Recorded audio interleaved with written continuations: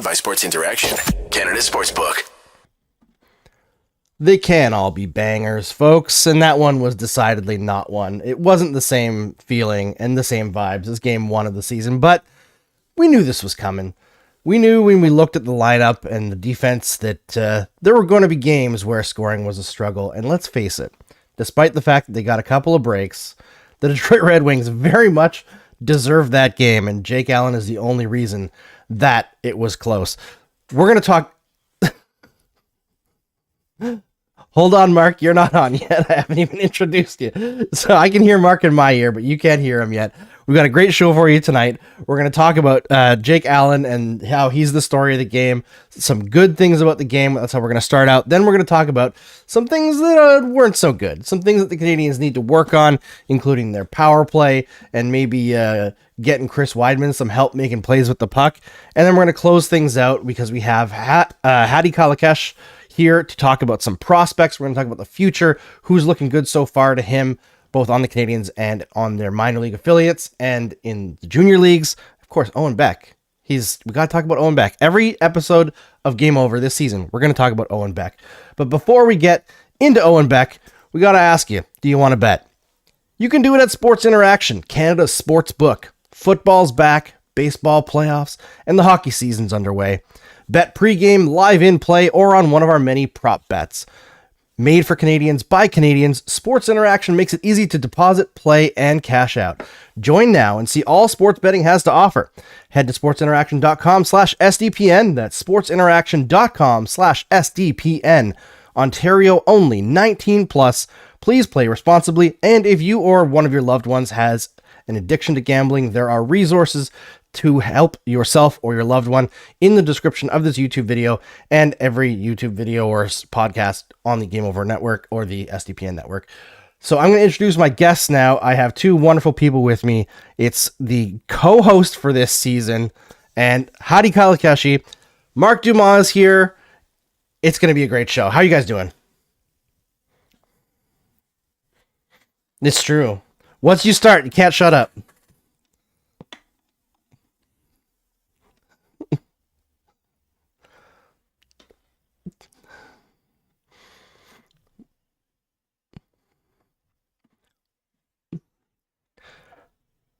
Oh, okay. Hold on. Your audio's not working, guys. I'm going to fix that. One moment. See, I was so worried about Mark talking too much that I had him muted. So let's start over.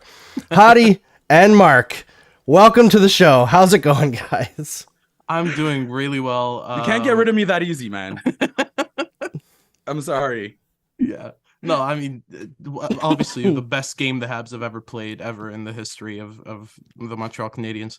Other than that, though, I was mainly watching the two other guys. I was toggling between Owen Beck and Joshua Roy throughout the game, so I didn't miss a beat there. I did miss the first goal of Owen Beck because I was watching on Joshua Roy's stream, but other than that, I mean, it's a good time to be scouting. The Habs have a lot of prospects in junior, and the 2023 draft is setting up to be extremely interesting. So, yeah, I was just having a fun time just scouting, doing my thing, you know?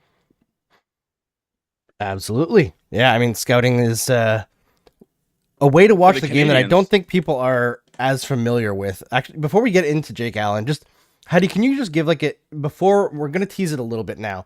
We'll talk about the Canadiens' future and prospects in the third segment here.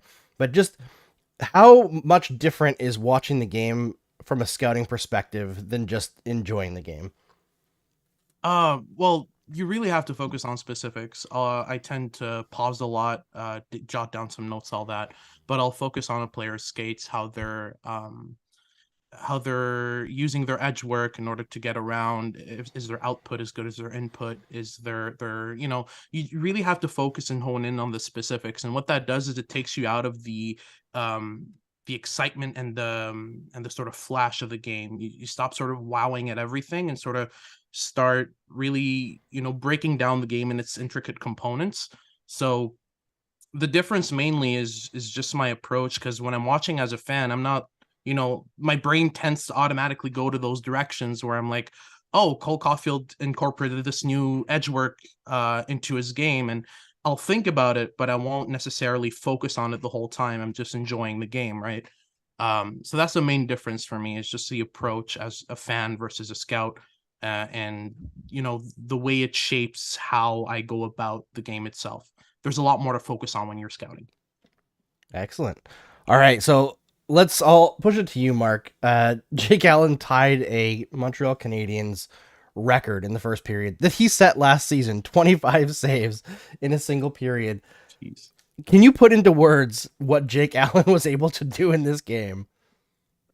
I mean, I don't know if you've ever heard of something it's called a check hedgehog, and what it does is it stops tanks from rolling. And the issue right now, there are these big metal spikes, okay, and they stop tanks. And right now, Jake Allen might be that big metal spike stopping the Canadiens tank.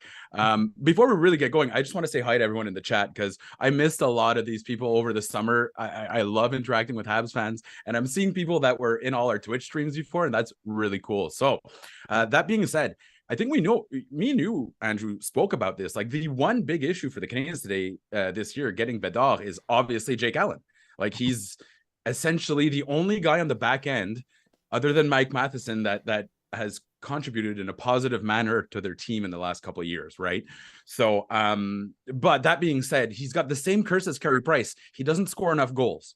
That's Jake Allen's real downfall, is that he can't score goals. So and obviously when there's 9'12" giants with amazing hockey skills like Soderblom, they're going to end up scoring. So I think Jake Allen did great there, but he's going to keep the games competitive, and he kept the Habs in it long enough for them to make it fun, right? And they're going to have a lot of false starts. I think what we saw under Deschamps was not all his coaching. Like, the skill isn't there. So Jake Allen will keep him in it. He'll allow his young players to maybe take a breather and actually be competitive. But yeah, he's in for as I put it in my season preview, an Alamo-like defense for holding down the fort here. He's surrounded, and it's gonna be rough for Jake Allen. But hey, he signed up for this. So as Jacques Plante said, there's not a worse position in hockey than goalie, because when you get scored on, 20,000 people cheer and a light goes on and everybody looks at you, that's what Jake Allen's gonna be doing a lot this year. Yeah, unfortunately, but he's used to it. He already went through this last year, right? And at least, I think there's some people who are definitely gonna get frustrated at times with Jake Allen performing like this, because they want to see the tank and everything, and like Ken Hughes, or maybe. But game 2, I feel like this is still fun, right? Like, this game could have been really not fun the way it went in the first period, and it stayed close the entire game. The Canadiens didn't really accomplish much until the third period, I thought. But overall, having the ability to keep games close brings some entertainment value, even though we know this team is not going to be very good. And that has value for the fans and the team to not get to the point where they were last year, where, you had a stretch where every game was 7-1 or 7-0, and there's nothing really to talk about, as I know intimately. But I think Jake Allen, at the very least, can show some leadership and solve some of the issues that can be caused by a young defense, right? Because not only do you want them to learn on the job, you also want them to not lose their confidence when they mess up, because exactly, Martin St. Louis wants them to mess up, right? He wants them to learn and make tough plays. Sorry. But having Jake Allen back there is going to help. Now, I'm guessing Sam Montembeault is playing tomorrow. Oh yeah, he's definitely playing tomorrow. But I want to say something here, Andrew. Habs fans seem to be cool with the losses, so far. Agreed. I'm looking in the chat. Even Thomas is saying he'll settle for 4 wins this year. I think that would be ideal. But how long will that last? How long will that honeymoon last for the Canadiens and the rebuild? I don't I'm already starting to see them a little more aggressive on Twitter, and I get it. But today, like you said, there are positives. And Caden Guhle, in my opinion, he's a 10-year veteran out there. Man, he's a rookie that is easily in the top 2 on that defensive core right now. Now, that's not saying a lot, but his intelligence, his gap control, his skating, his active stick. Shout out to Laura Saba. He's just a complete defenseman. 27 minutes into his NHL career. I might be overhyping him, but man, what a gift to the defense, Caden Guhle being there. He's just such a complete player. And it's not just that he's well-rounded, he's great at almost everything. So, 30 minutes into his NHL career, I know we're excited about Caulfield and Slafkovsky, but Guhle, man, is showing he's got the metal. He's got what it takes to stick in the NHL. Yeah, and the thing with Guhle was, for the longest time, what I was worried about was the reason he was so good at rush defense is because he was creating a lot of rushes against. He was dumping pucks up the boards, putting the puck back in the possession of the other team, and that created a lot of rushes his way. So we got a lot of reps, and that's how he got good, right? But as he developed in the WHL, especially after his move to Edmonton, you saw a huge shift in the way Guhle approached the game. He started activating a lot more in the offensive zone. He started leading the rush, jumping into the rush as a fourth forward. His game sort of developed around the fundamentals that he had developed using his former weaknesses that have now become strengths. That's how he got so well-rounded. He went from a guy that really sort of dumped a lot of pucks to a guy who managed the puck extremely well and did a really good job handling it in pressure situation. His threshold for pressure and panic sort of raised a lot as well. So all that helped a whole lot in terms of developing his game. And we're seeing a guy who in development camp, he said, I want to work on my offense. And it wasn't that he's bad offensively, but he knew that you have to produce a certain amount in the NHL to be, to earn that ice time. And I think we've seen that, but it's not just him going all out to get that offense, smart decision-making, really smart decision-making. And that will serve him well going into it. I'm already getting criticized for calling a complete player after 2 games, but I want to say I was calling him a complete player before training camp even started. So yeah. I've been shoveling coal into the hype train for a long time when it comes to Caden Guhle. Oh no, trust me, I got some flack as well on Habs Eyes on the Prize because near the end of the season I just straight up said this is an NHL defender, and he was still playing with Edmonton. I mean, you could see the outline of an NHL player, a proper bona fide top 4 defensive defenseman. Yeah. And he's got that transition ability that he's added. I mean, he's just added a bunch of facets to his game. He sort of piled them on top of what he already had, and it's just worked out great for him. Well, as long as he doesn't have to face any 6'8" monsters, I think he'll be okay going. It'll be okay going forward, because that was a lot to handle for the Habs tonight. Soderblom should not, like a 6-foot guy should not have hands like that. It should be illegal, honestly. Shouldn't be able to skate like that. He should be gangly. Like where did the Tyler Myerses of the world go? Right? How did this guy exist? This doesn't make any sense. It's like you put in a cheat code on an NHL game and you get a giant drop down onto the ice or something. Like it makes no sense. He looks not real. It looks like something was edited into there, or like they've zoomed in or something. He is a beast. And I will say, who was a small guy on that line at 6'3"? Imagine being 6'3" and being the shortest guy on your line. Like that's insane. That's absolutely crazy. That third line was something else, man. And that first shift, like I know we're supposed to be talking about the Habs here, but man, that first shift was almost like Miro Heiskanen and how dominant he was on that first shift, man. So I have a bias against big guys because I've always said, like, over 6'4", you're not going to be good in the NHL unless you're like Lemieux, Lindros, or there's like 5 guys in the history of the NHL that have been good over 6'4". I think that maybe we can start throwing that out the window now, because if you're making the NHL that height, it's because you have skill too. It's not just because you're a big boy. Yeah, but kudos to the development team in Detroit. I mean, Soderblom was 5th round pick, 6th, I think. Either way, they worked like hell on him. I remember watching him in his draft year and thinking, like, there's the outline of a good player, but there's a lot to work on. And then Detroit just did Detroit things with their Swedish players and just turned him into an absolute beast and monster of a human being. I did not expect Soderblom to become this good this quick. I thought he would need until maybe 23, 24 years old before he actually did something potent in the show. But here he is, and he's amazing, and he's scary and terrifying, and I want him nowhere near the Habs ever again. So that's how even Arbor Jacki, who's like probably like pound for pound one of the strongest guys. I know he's not. He couldn't move him. No, he was struggling. Well, did you see Brendan Gallagher try to take a run at him in the third period there? And he just chance. Soderblom didn't move. Gallagher just bounced off like a tennis ball off a wall and just like kept skating the other way. You're like, okay, I tried. Yeah. It was worth a shot. Not going to happen.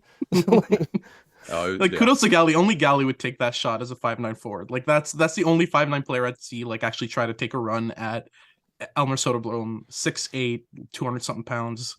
I mean, I thought Juraj Slafkovsky was a really good puck protector. Elmer Soderblom is a tremendous puck protector. This is not a Soderblom chat entirely. That's what we're do. That's where we're headed. All right, we're Owen Beck. Yeah, we're gonna have to talk about the Montreal Canadiens here, but I should say there's some people in the chat who I think are a little bit confused by Mark's comment.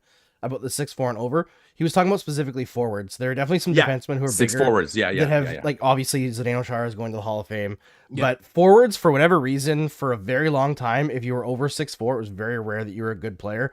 It was like a big deal when like Martin Hanzal looked like he was going to be good for a while. 6'4", yeah. I can answer issues that. just wrecked his career.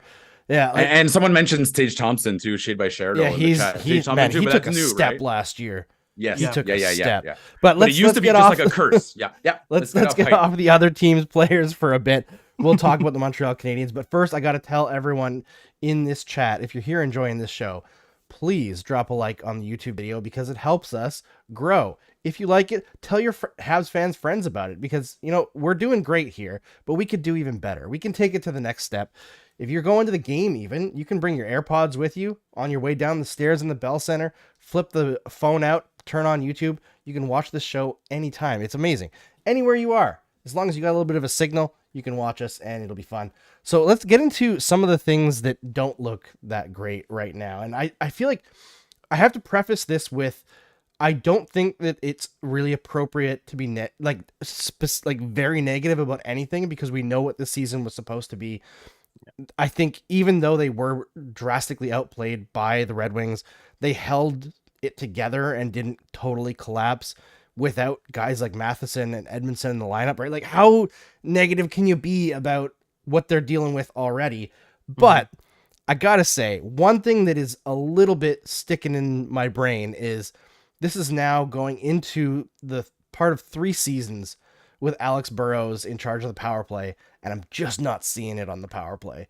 I don't see organization. I don't see set plays that make a lot of sense. And I got a direct message during the game saying, like, imagine if Andrei Markov was able to feed Cole Caulfield. Like, Oh my prime goodness. Andrei Markov. Did we lose Mark, by the way? We did lose Mark. It happens. But I can go on about this. The Habs issue, once they're in the offensive zone, it's actually a very versatile and very, very like multifaceted power play. But it's the setting up part that's extremely difficult. And the main reason for that, I think, is the double drop. It's got to go. Yeah. It's not working. It's too linear. It's too straightforward and readable. Honestly, the moment they got rid of it, the power play started getting set up. The moment they started using Kirby Ock and Nick Suzuki as single drop forwards in order to carry the puck up the offensive zone, use their deceptiveness, their skating, their stick handling in order to gain the zone and make a pass, it immediately started working out. It's just when they do that double drop thing, it always ends up with a loose puck behind the opposing goal line, and all you can do with that is just battle for the puck and hope for the best, and that creates 50-50 scenarios. And at all costs, on the power play, you want to avoid 50-50 scenarios. You want to maximize possession, right? Yeah, 100%. So that's the one thing that I think really, really has to go in order to really maximize the Habs power play. And when it did go away, it worked. So, I mean, I don't know what they're waiting on. Yeah, I mean, I think the most pressure that they had on the power play was when Monahan won like 4 straight faceoffs, right? And they were able to dominate, like get some zone time there. But I wonder how much of that double drop and always bringing it back to Suzuki comes from, like, it's a vestige of the last year and a bit where Suzuki was the only one who could gain the line, right? Yeah. I feel like they have enough skill now that they should try to vary that up significantly to try 100%. to gain the zone. Because it just doesn't make sense to always put it on him. And also, I don't know about you, Hadi, but I thought that Suzuki still looks like he's bugged by the injury that he suffered in preseason. A lot of fanning on pucks, a lot of like he'll like stick handle and lose the puck. And I wonder if that, like, his shoulder is just bugging him a little bit. It might be. I felt like there was something there. I just couldn't really sort of pinpoint it, but Suzuki seemed off the whole game. So I'm expecting things to improve for him. It might just be also just the fact that, you know, it's the early season rust and all that. But honestly, like, hi, Mark. Hi, welcome back. Is he back in? Okay, we'll switch to 2 guests there. There we go. Perfect. So Mark just wanted to be on the right side of the screen. That's all. Oh, that's what it was. 100%. It's classic NDG internet. There's the hamster that runs our internet. He's like overworked, so we had to give him a break. Sorry. God, you're lucky. You've got a hamster? Wow. Yeah. Yeah. Old Gus. He's having a hard time out there, but you know, he does good. So we were talking about the power play, Mark, and what it could need to improve, and we're talking about zone entries and all that. But we'll probably move on to something else so you don't have to rehash anything. What else stuck out to you guys are things that like drastically need to improve? I mean, I don't know if you guys touched upon controlled exits, but just puck retrieval. I think right now is a bit of a struggle for the Canadians. You have some guys off on their offside and not fantastic. But I did like what I saw from Jonathan Kovacevic. I thought he was really, really good tonight. I thought he was, and you know what? I thought he was really good in the first game as well, especially for controlled exits and controlled entries. So, I don't know why Winnipeg put him on waivers. I like when I spoke to Jets fans, they're saying it was stupid. It was just terrible. You know why? Development. Why? They wanted to keep Logan Stanley because they would have to expose Logan Stanley. Because he's huge. Yeah. Huge. But I really like what I saw from him, and I can check the numbers, but I mean, last game he led all Habs defensemen, I believe, in possession and expected goals. And again, this time as well. So if everyone can take from him, he's the third most experienced defenseman with 25 or 6 NHL games. So, follow the leader in this case. But I do like what I'm seeing from him. And if I look now, he's leading the Canadiens defense in every crucial statistical category and 65% expected goals. So, him and Kirby Dach and Monahan, the two newcomers, I think have done really good. And Monahan and Dach, right now, 69% expected goals. That's pretty nice. That's really nice. Yeah. That's nice. Monahan doesn't look like he missed a full season, does he? Did you guys expect him to come in and skate as well as he did? Yeah, no. I thought we were getting a rust bucket. Like, when you get paid a first round pick to take someone, it's like, okay, like it's going to be a rough year. It's fine. But I think Monahan might end up being trade deadline value for the Canadians. 100%. And he's been one of the main play drivers on his line, which I didn't expect. I expected Doc to do a lot of the heavy lifting on that and have Monahan sort of be the retriever at times or the net screen, the net front screen, that kind of thing. But Monahan's been driving a lot of offense, creating a lot of turnovers, using his pace, using his intelligence to cut into players at the right times, cut off their hands, get to the puck, protect it, delay, find an option. Like he's got a lot of levels to his game that I really like. So I'm really, really impressed from what I've seen. Yeah, I know we were supposed to be talking about the bad stuff, and I feel like the one other thing that stuck out to me was I feel like Chris Weidman's just fighting it, and I don't want to trash him because I feel like he's a really good guy and seems to be really supportive. He's an amazing guy. He's an amazing guy, honestly, and handsome, very handsome man too. But yeah, he's struggling.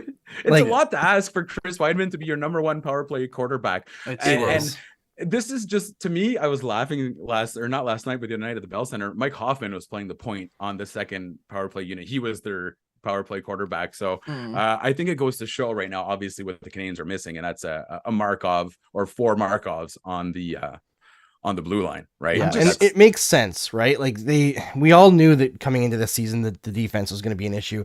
What I kind of tried to drive home last show was, at the very least, this defense has potential.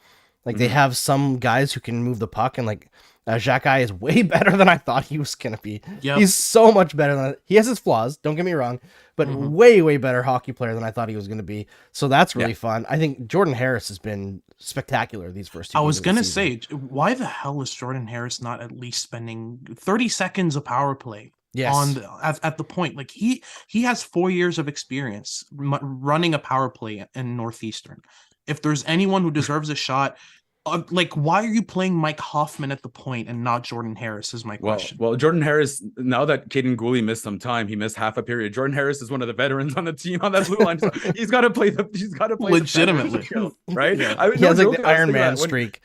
Guhle missed 3 shifts, and then Harris passed him in experience. Hey, I want to give a shout out to some people in the chat, because I'm seeing a lot of people from our old Twitch streams. Roy is here, Shuey's here, Sarah's here, Claire is here, who's always here, Ian's here as well. So Sarah knows me, obviously, because she said I was distracted by mangoes, so she knows me very well. And Claire is obviously from NDG too, because she says when a squirrel farts on wires, we lose power, and that is a fact. That is a fact. Yep.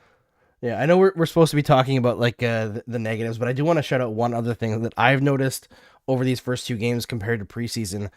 I think Slafkovsky is coming a long way with his awareness without the puck and his anticipation of where the puck's going. He's not quite there yet, but I feel like him and Gallagher had some stuff going tonight. And there's a few comments here kind of reiterating what I said on Twitter. They're like, at no point last year could Gallagher skate like he skated in these Oh first no, two games. not at all. Like, that is a different player. And I know he hasn't like hit the mesh yet. He's gonna. Yeah. He's getting good chances. And he came to camp. Although also shout out to Charlotte, who's a great baker, by the way, and she's going to university in Toronto now, if I remember correctly. Really nice person. Okay, Gallagher came to camp with like a man that as Ian Boisvert points out in the chat, like 2014 Gallagher, and it's the first time in 18 years that he's fully healthy, and it shows, right? So that's why I'm expecting big things from him. Although, and let's be honest, he was very unlucky last year, even though he wasn't at full health. There was like the guy. You know, black cats were crossing roads and he was going under ladders. Like, it was Friday the 13th every day for him. So him and Caulfield to start the year were really snake bitten. So I'm excited to see what Gallagher can do. And you know what? He has so much pride. Like, he almost felt embarrassed that he struggled that year. So, you know, he knows that he even mentioned that he's on the wrong side of 30. So he knows that his runway isn't that long. So he's excited to get back into it. So I like what I see from him. You know, he's back into that mood where he's going to literally Kool-Aid his way. Did you guys see that in the first game where he smashed into the boards like Kool-Aid man style to get a chance there? Like that, the Gallagher's back in action, and it's pretty fun to see. Yeah. Quick anecdote. The other day I was just scrolling on Twitter and I stumbled upon this video from Jose Mourinho speaking about the difference between captains and leaders. Gallagher is a leader. No matter who's the captain, no matter who's actually got the C or the armband or whatever, Brendan Gallagher, the heartbeat of the team goes through him. He's like the major artery of this team. So just to see him back at what I think he's capable of doing in the top of his game, when he's not ill, when he's not injured, it's really, really good to see. And it's something that could just sort of dictate the direction the Habs were taking in terms of a team, because there was a lot of talk about trading him last year. A lot of fans were just saying, you know, trade him now, he's only going to get worse, etc. I mean, I think he had 12 or 13 goals below expected. Yeah, he was leading the league in the difference in expected goals and actual goals. I mean, this is a guy who the previous, I think, 3 or 4 years before last year, only Austin Matthews had scored even strength goals at a higher rate. I believe whole league. Technically, what was the name of the guy that was scoring a ton for Nashville for a while? Arvidsson for a while was Victor Arvidsson. Arvidsson had his streak, for G60. But yeah, no, he's. I mean, if you look in the last 4 years, there's Austin Matthews, Connor McDavid, just raw goals, and then if you go G60, Gallagher flips way over them, and Austin Matthews, you know, is ahead of him. So I guess that's why Austin Matthews makes a little bit more money, but. You know, I think, and going back to what Hadi said about the leader, you know, for me, a leader commands respect. He doesn't demand, or they don't demand respect, right? And I think in Gallagher's case, he commands the respect from his teammates. You don't need that letter. And in my mind, it was always going to be Suzuki, because, you know, you committed to him for 8 years. He's your foundation, right? And Gallagher, listen, let's be perfectly honest. He hasn't exactly taken great care of his body. He's sacrificed it for the team. So we know that won't last forever. So I think, you know, just seeing him back in shape is just inspiring to, you know, he doesn't need that letter to inspire. He's going to make these guys skate harder. 100%. If you see Gallagher going out there, giving his all, why can't you? Like, you have no choice, right? That's kind of how it works. Exactly. Yeah, I just looked it up quick. Austin Matthews from 2018 to 2021, 1.6 goals per 60 at 5-on-5. Brendan Gallagher right behind him, 1.48. Then another player in this game, Jacob Vrana, 1.47. A heck of a streak too, yeah. Then Ovi. So Gallagher, man, he put in work more than Pasternak, like a lot more than Pasternak, actually. Like, he's done some amazing stuff in his career. People don't realize. Crosby for Gallagher, 1 for 1. It's fair. It makes sense, right? Yeah, 100%. The power play is what's held him back, right? He's never Penguins been a good will have power to add play player. Yeah, absolutely. Well, and last year he scored 1 even strength goal, 1 shorthanded goal or empty net, and 7 power play. It was the first time in his career that he outscored himself on the power play, which is just ridiculous. Crazy. Yeah, absolutely. 100%. All right, one last. They'll need guys like him to start playing well, though, if they're going to start scoring goals. So they're getting close. They're like René Bourquin it. For those that remember, they're getting almost. God, don't remind me. Do not remind me. Oh my goodness. That name just brought back PTSD for me. Holy crap. That was not fun. I was gonna bring up the ridiculous dive from Mr. Larkin there. You saw it too, right? David Suzuki. Oh my god. The fact that he engaged the pick and then dove, You Like know what? that- I got to give him credit. That was pretty. Like he It's knew what he was great doing, and he pulled gamesmanship. it off. Like But the ref who called that should be so embarrassed. Like, it Now was I will so tell you obvious. this: these refs, when they go back, and I've spoken to them before, and they'll get him. Like you know how they say we don't want to be part of the game? Yes, they do. They absolutely do. And they got embarrassed there, and they're gonna take it out on him later down the road. That's just how referees work. They don't like getting embarrassed on the ice. So like Gallagher, a couple times in his career, don't forget the beginning, maybe a tiny little bit of falling early, and he paid for that dearly. So I just want to and again, if I'm Larkin, if I'm his teammate, I say good job, like you did good there. But refs do not forget that stuff. No, they don't. All right, we're done with the bad. We're gonna move on to some prospects in a second here. We're My gonna time to shine. yes, hand the mic over to Hadi because there's some amazing stuff going on with the Montreal Canadiens in regards to prospects. William Trudeau just signed an ELC. There's all sorts of stuff to talk about. So, without further ado, Hadi, what do we need to pay attention to right now, and why is it Owen Beck? So he just scored 2 goals, including the overtime winning goal to win the game 5-4. That's his first 2 points of the season, right? You're right. No, absolutely. But here's what's amazing with Owen Beck is this is a player whose mind dictates his game. I mean, he understands and thinks the game at a level that outpaces everyone. And if you looked at his point totals, like to me, last year the debate between who's better between Luca Del Bel Belluz and Owen Beck, who were on the same team in the same draft year, it was sort of a litmus test to me to see the scouts I trust versus the ones that I'm like, kind of a red flag, because Del Bel Belluz has a lot of issues that are hidden behind that huge point total, and it's because he was stacked on a top line, top power play minutes. And Owen Beck was placed in a shutdown role. But if you look at them both in isolation, Owen Beck's a better skater. Del Bel Belluz is definitely a better shooter. That I can't deny. But if you look at his game and the way that he approaches it, the way that he moves off the puck, the way that he tries to locate and find and connect with his teammates, Owen Beck is just far superior to him in terms of IQ. And I'm a big smarts guy. The main thing that drives my scouting is hockey sense, and it's a very difficult thing to pinpoint because it's so vast. You can look at reads, you can look at pre-scanning, post-scanning, area passes. There's so many different areas to hockey sense, but Owen Beck sort of nails every single one. So he just rose and rose and rose in my rankings. He ended up in my sort of late 20s, early 30s range. But that was only because I was very high on a lot of other players. Like Lane Hudson was in my early 20s.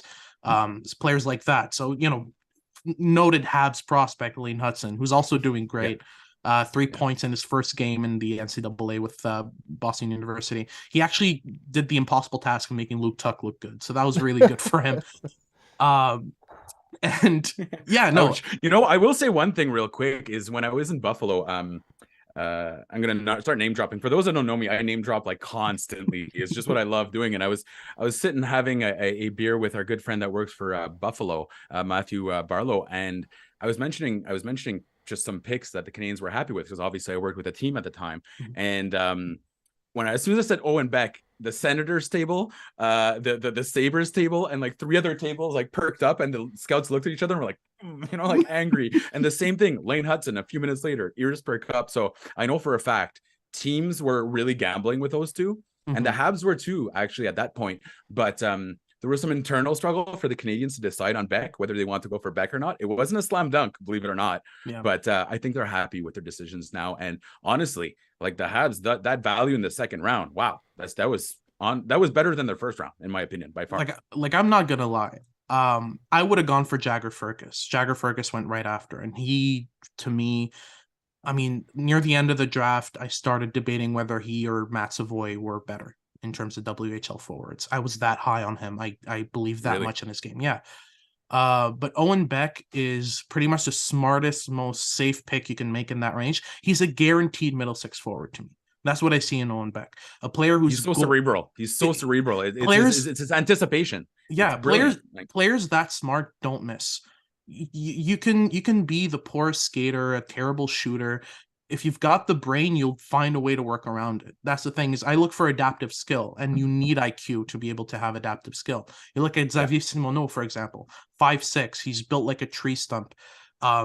He he's found the specifics that work for him against. You can be 6'4", 200 pounds. You're not moving him. You're not getting the puck off him. That's and also adaptive. Simoneau today, he was driving the Senators crazy, Belleville Senators crazy. So if anyone's in Laval gets a chance, go watch Anthony Richard and Raphaël Hervé-Pinard and Xavier Simoneau drive their opponents crazy. They're It's so gonna be fun. It's going to be so fun. Yeah, They're absolutely. So fun. And on top of that, he's one of the best playmakers I've seen in the queue, Simoneau. So like I'm really high on Simoneau's game.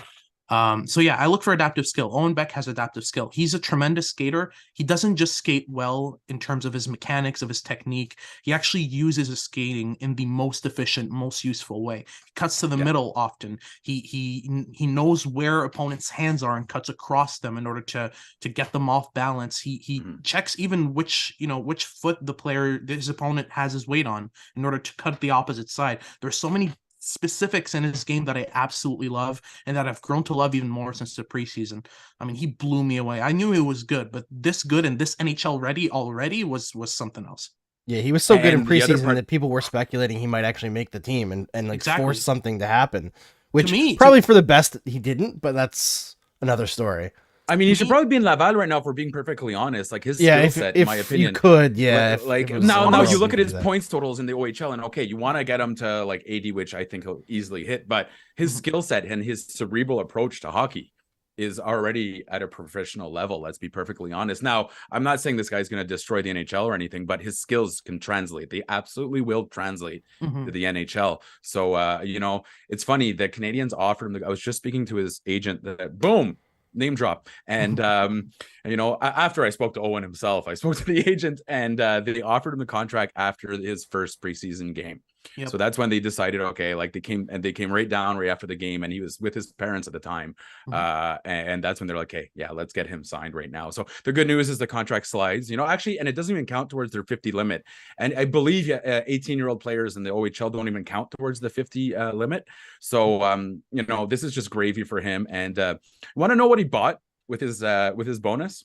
He's such a smart guy, and you'd think he'd go crazy. And he was embarrassed to tell me he bought a Nissan, an Elantra, because it had good mileage, it had really good maintenance, it didn't break down very often, it could fit his hockey equipment because he was driving like a 97 Yaris or something, and that was his big purchase. But it just goes to show this kid is smart. At 18, he's making intelligent car. Like I would have bought the car from The Simpsons, like that Homer built, because it was cool. But this guy's buying intelligent cars. It just goes to show his approach everywhere. He's cerebral. I feel like Beck is an Elantra.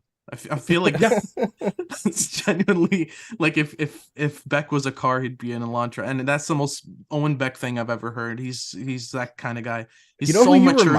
He got the S package though. He got the nice one. Oh, gotcha. Yeah, it's fully loaded. You know who he reminds me of? It's kind of like a deep cut, I guess, at this point. For people who are watching this, probably are a little bit younger than Mark and I, but Jeff Halpern, just a guy who's going to come in and have like a 20-year career and probably be underrated the entire time.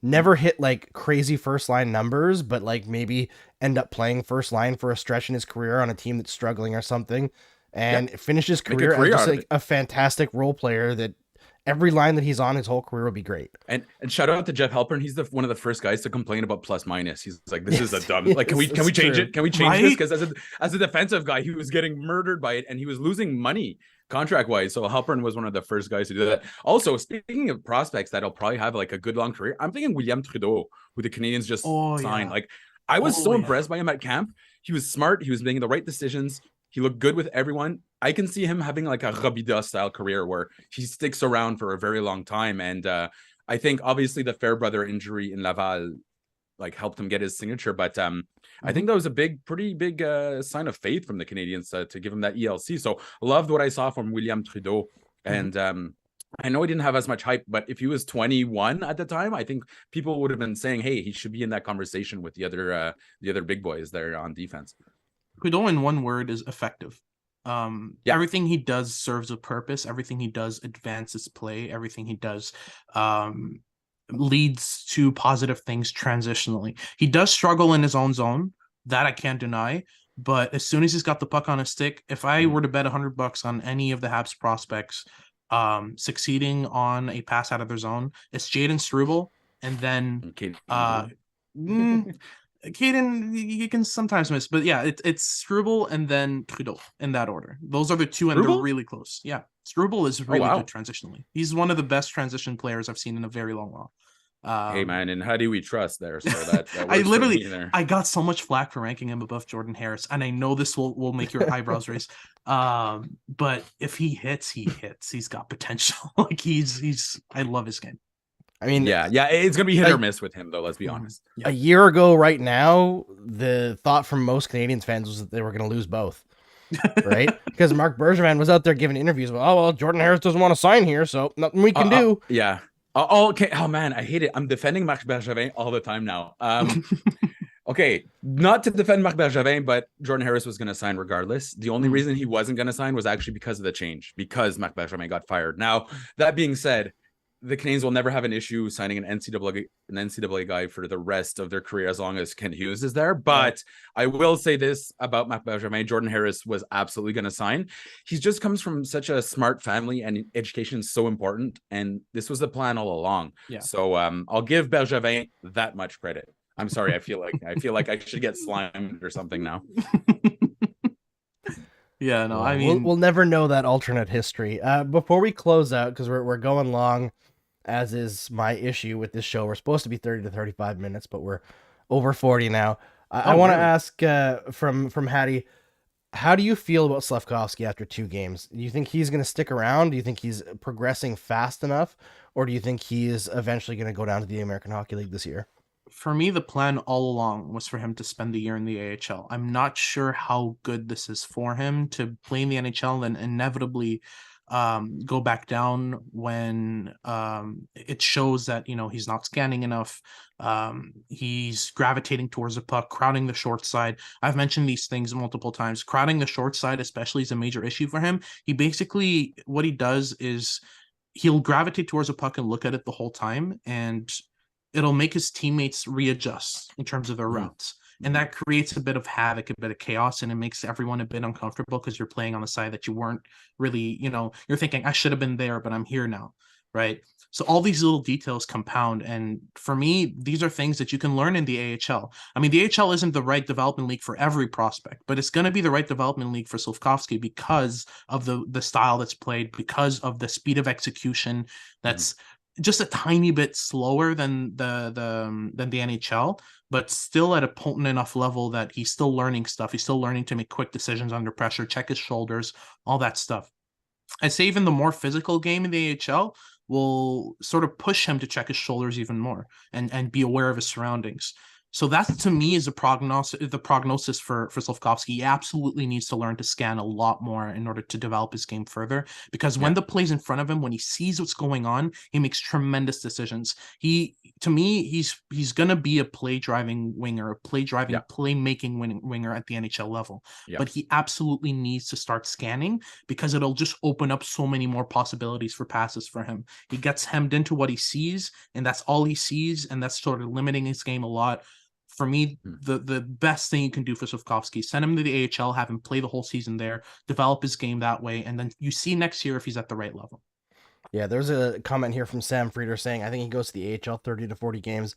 If he goes down, he's staying down. Like, I don't think there's any reason for the Montreal Canadiens, unless, you know, he's scoring like 4 points a game in the American Hockey League, to bring him back up. Well, because if Joel Armia wasn't injured, would Slafkovsky be in the NHL right now? It's a good question. It's a good question. If the new Metro zones, it'd be really expensive on him. Like the monthly pass is getting expensive. I don't want him doing back and forth on the orange line. You know $3.50 aller au métro. Sorry, I'm used to the jumping into French there. Hey, that's weird that I don't have to jump language to language. But you know what? I looked at him the first game, and off the puck. And I mean, this is coming from a guy who just ordered $45 of Dairy Queen there, so it's not like I'm an athlete or anything, but and no regrets, by the way, like absolutely no regrets on that. Of course not. Yeah. He's lost without the puck. He has absolutely no idea where to go, what to do. He doesn't run routes. He doesn't actually open up options for his defense. Like, and again, he's so raw. The talent is there, but it's quite normal for him to be lost in zone. So off the puck, I mean, he's completely confused. He doesn't know where to go, and it hinders his line. So when Martin St. Louis was discussing coaching guys off the puck the other day, I'm pretty sure one of the names circled was Slafkovsky, and you send him down. I don't even know if you wait till game 9. I'd rather see Raphaël Harvey-Pinard at this point in the NHL or someone along those lines. But and what I love here is that they're not going to worry about sending him down. Like Ken Hughes doesn't give a crap what people say. Oh, bust and all that. They don't care at all. Yep. They're going to send him down if that's the right thing to do. And in my opinion, it is the right thing to do. He wouldn't be in the NHL right now if not for Yoel Armia's injury, in my opinion. Yeah, no, 100%. And what's even stranger to me is that they started him in the NHL to start with. I mean, you've got a plethora of wingers you can place in that position. I'm not really sure that was the best decision for him, and it's going to put a lot of pressure on him in that sense. So I don't know. Yeah, I think it's one of those things where you kind of want to let him, like, I wonder if it's just because he elevated so much last year whenever he was brought to like the next level. If they thought putting him in the NHL, he would just like, take another huge step. But yeah, I think, and Sam followed up here, said, I meant more 30 to 40 games in a row than maybe bring him back up in February. The reason why they wouldn't do that is because the contract slides. But I think it does regardless, no? Not if he goes over 10 games. Oh, really? Oh, yeah. No, but as an 18-year-old, I think it slides regardless. Yeah, that's what I'm saying. Not if he plays in the NHL. Not if he plays in the NHL. I think if you go down before 9 games and then afterwards, if you come back, I do believe it slides, but we'll have to look up the Kyle Yamamoto rule because I was looking it up for Trudeau. It doesn't work for Trudeau, but it might slide at 18. It might slide actually. But either way, I don't know if you bring him back. We knew he was so raw. Like this isn't the beginning for Slafkovsky. It's the beginning of the beginning. And send him to the AHL where you can just, but with an order, give him lots of minutes. Like like none of this. He's got to learn to play our style. No. Like give him all the opportunities possible. Jean-François, I want him to be on your first everything. First thing you think of in the morning while you're eating your breakfast is Slafkovsky. Yep. Someone asked if we're going to do a French episode. Ça se peut, ça pourrait très bien. Mais salut tout le monde, tous les francophones dans le chat. Yeah, I will say somebody is saying like we're super wrong about Slav, and he's clearly better. I will say without the puck, I think there's a difference between we're talking about offense right now. I think defensively off the puck, he's been all right. Like he's been surprising. He's been gap control, and he's actually used his body quite well at the blue line, and he's had a really active stick. He covers a lot of took away he's so great disruptive. Matthews scoring chance in the first game of the year, like a fantastic back check. The first thing I noticed when I made my video of him, I put out a 20-minute video on YouTube, was how disruptive he is. Even at the legal level, he was just disrupting pucks constantly off the puck defensively. The problem is offensively, he causes so much chaos for his teammates, and it makes things really muddy for his teammates to actually get up the zone and get pucks into the offensive zone with control. That's the issue. I think when Hadi said if the puck's right there at his feet, he knows what to do. That was the best description, and that's where he looks really good. But like, how many? You know this, right, Andrew? How many times will he have the puck on his stick in a game? Like 12 times is a lot. It's not a lot. 30 seconds. I know. I was reading Brian Wild talking about how you got to get him have the puck on stick like 2 minutes per game. And I was like, man, like Patrick Kane. Which doesn't have the puck on his stick 2 minutes a game. It's like 45 seconds. More than 45 seconds, we're laughing here. We're absolutely laughing. For sure. But hey, man, Laval has a really good team. And what I like with the Laval, too, is they have guys that can actually relaunch the attack. So you got like guys like Norlander and Leskinen that can actually generate and already do half the work for him. So he's not at a standstill in his own zone. This is a guy who his speed isn't fantastic, but once he's in momentum, he's got good speed. So I think the puck retrieval in Laval will be beneficial for Slafkovsky's offensive production. 100%. Absolutely. All right, guys, we'll close it out there. Before we do, tell everybody where they can find you and some upcoming work you have. Go first, Mark. Hi, you can find me right here. I'm Mark. Tomorrow night. Yeah, actually, I'll be hosting tomorrow night, and we have a Noah Bashir that's coming on, which is really cool. She's one of my favorite people to talk to. So she's awesome. After Slafkovsky scores his first 2 goals in the NHL, which is going to happen tomorrow, guarantee it, you can join us on Game Over. And we're supposed to talk about the Yanni Nienema nameplate, but we didn't get to it. Oh, yeah. We'll get to that because I don't know what I'm going to put up here. Am I going to put up a picture of Radek Bonk in a Habs uniform? 100%. We also wanted to crowdsource a Lyle Odeline jersey. Oh, yeah. Oh, yes. The pride of Quill Lake, Lyle Odeline, the one of the top 2 players to ever come out of Quill Lake, Saskatchewan, him and Selmar Odeline. But by the way, I actually do love Lyle Odeline. And if we're going to finish, I want to mention this now. Arbor Jacki is the modern Lyle Odeline. Like, honestly. That's interesting. Like, honestly, look at it. He's got a little bit of, and don't forget, Lyle Odeline scored a hat trick at one point there. He had a 5-point game, so let's not discount him. But like, he's a guy that will piss off the other team. He'll play very well, and he actually can hit other guys, and he has a little bit of offense. Doesn't have any well, not pride, but he's not arrogant or anything. He goes out there and he disturbs. So I love it. And in a season like we're probably going to have this year, having as many Lyle Oderlines as possible, that's my third reference, as I promised, is a very good thing for the Montreal Canadiens. So I, for one, welcome our new Jack Eye overlord. All right, Hadi. Yeah, so you can find me on Twitter at HadiK_scouting, on YouTube at Hadi Kalakeche NHL Draft Scouting. And I'm actually going to be hosting the new Locked On NHL Prospects podcast, so you can find me there. The socials are going to be out very soon. I also do work for Habs Eyes on the Prize as their North American prospects writer, and I work as a QMJHL scout and New Jersey Devils writer for Dauber Prospects. Yeah, I do a lot of stuff. Okay, there was the new Julian McKenzie all of a sudden. Like he just took up all the jobs that Julian left out. Yeah, no, 100%. So I'm pretty much Julian's successor. So it's gonna be great. We got some Monty fans there in the chats. We're gonna see how Samuel Montalvo does tomorrow. But you know what? That's a cool story too. That's a really cool story for the Montreal Canadiens. Yeah, sorry, I hope the Canadiens give him a little bit okay. more chance to have done, a successful season. But they have to give him more than the Carey Price treatment. Let's be perfectly honest. No, that would be nice. Yeah, a little bit more support. All right, guys, thanks for joining us here tonight. Make sure you like the video. Make sure you subscribe everywhere we are. Spotify, iTunes. Subscribe to the YouTube channel right now. Follow everybody on Twitter. Their descriptions or their Twitters are in the description for the YouTube video and for the the podcast when everything's done. Yes, I am exhausted. I've slept about 6 hours in the last 48, so I'm out. Well, I'm you're not as tired sleep. as Jake Allen. Let's be perfectly honest. That's okay? true. You're not That's Jake true. Allen tired. I'm certainly not as sore. I don't need to be in the ice bath. All right, guys. We'll Thanks see you for again. joining us, everybody. Honestly, shout out Thanks to the so chat. much. I Absolutely. love seeing everybody in the chat. Salut Charlotte. Salut Killer Tomatoes. Claire. Everybody. Love you all. See you guys tomorrow night. Bye, Noel. See you tomorrow night. Noel? Bye. Noel or Noel? Either way.